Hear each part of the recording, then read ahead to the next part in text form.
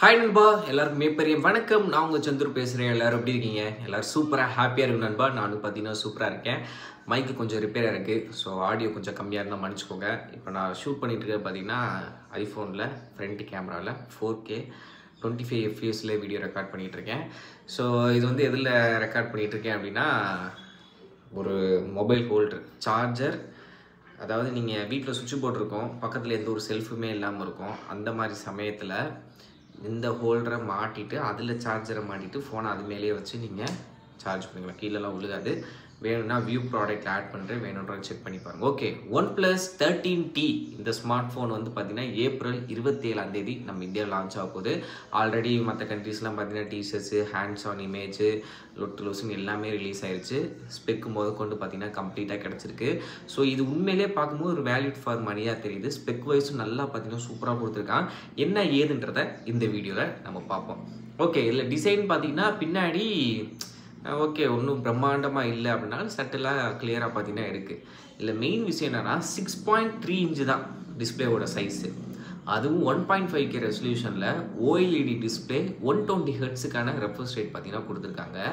So display compacter, அதாவது iPhone 14, 15, 16 இந்த series அதுக்கு ஏற்ற மாதிரி பார்த்தீங்கன்னா கைக்கு ஹேண்டியாக பார்த்தீங்கன்னா இருக்கும்.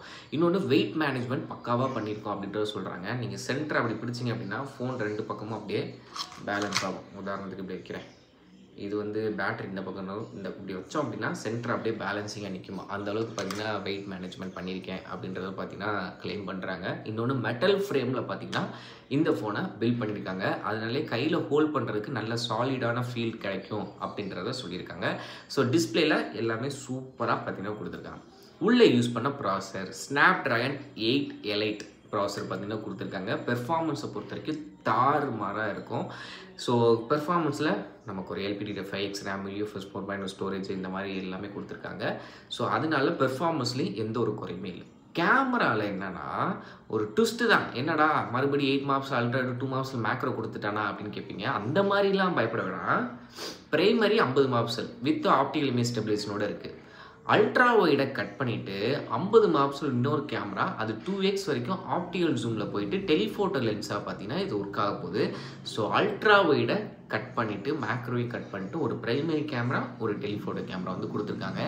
இது நார்மல் யூஸருக்கு பாதிக்குமான்னு கேட்டால் எந்த ஒரு பாதிப்புமே கிடையாது, சூப்பராக இருக்கும். ஆனால் இந்த vloggers, நான் அதிகமாக ட்ராவல் பண்ணுவேன், ஒய்டான ஒரு சீனரியை வந்து கேப்சர் பண்ண நினைக்கிறவங்களுக்கு தான் இடிக்கும்.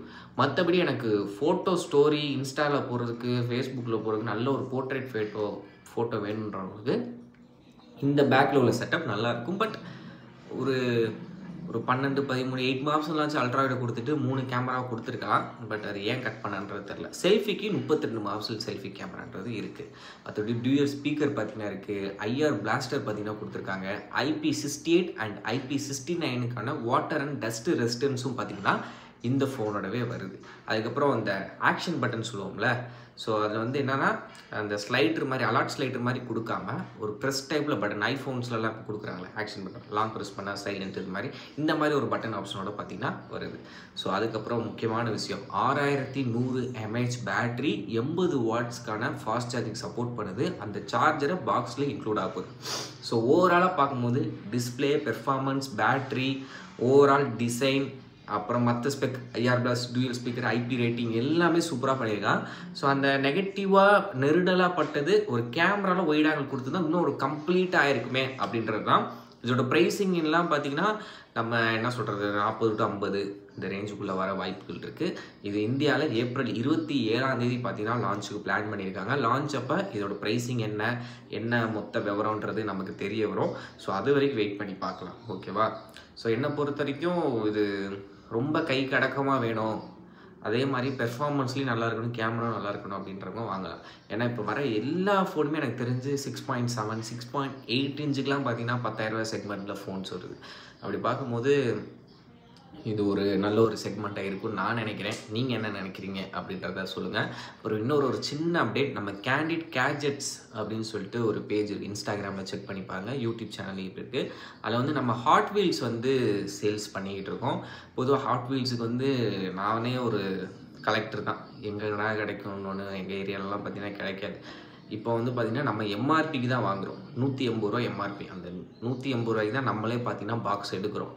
எடுத்து அந்த ரேர் கலெக்ஷன்ஸ்லாம் பார்த்திங்கன்னா ஒரு குறிப்பிட்ட அமௌண்ட் எக்ஸ்ட்ரா வச்சு தான் சேல் பண்ணுறோம். ஏன்னா நம்ம கிடைக்கிறது இப்போ ஷிப்பிங் சார்ஜ் ஒரு 80 ரூபா 70 ரூபா. சில பேர் கொல்கத்தாலலாம் ஆர்டர் போடுறாங்க, அவனுக்குலாம் பார்த்திங்கன்னா கூட வருது. இந்த மாதிரி நமக்கு ஒரு கைக்கு ஒரு 50 ரூபாயோ 70 ரூபாயோ லாபம் வச்சு தான் பார்த்திங்கன்னா நம்ம சேல் பண்ணுறோம். ஸோ யாருக்காவது ஹாட் வீல்ஸ் வேணும் அப்படின்னா அந்த பேஜை செக் அவுட் பண்ணி பாருங்கள். Candid gadgets. ஓகேவா? தேங்க்யூ. Bye by.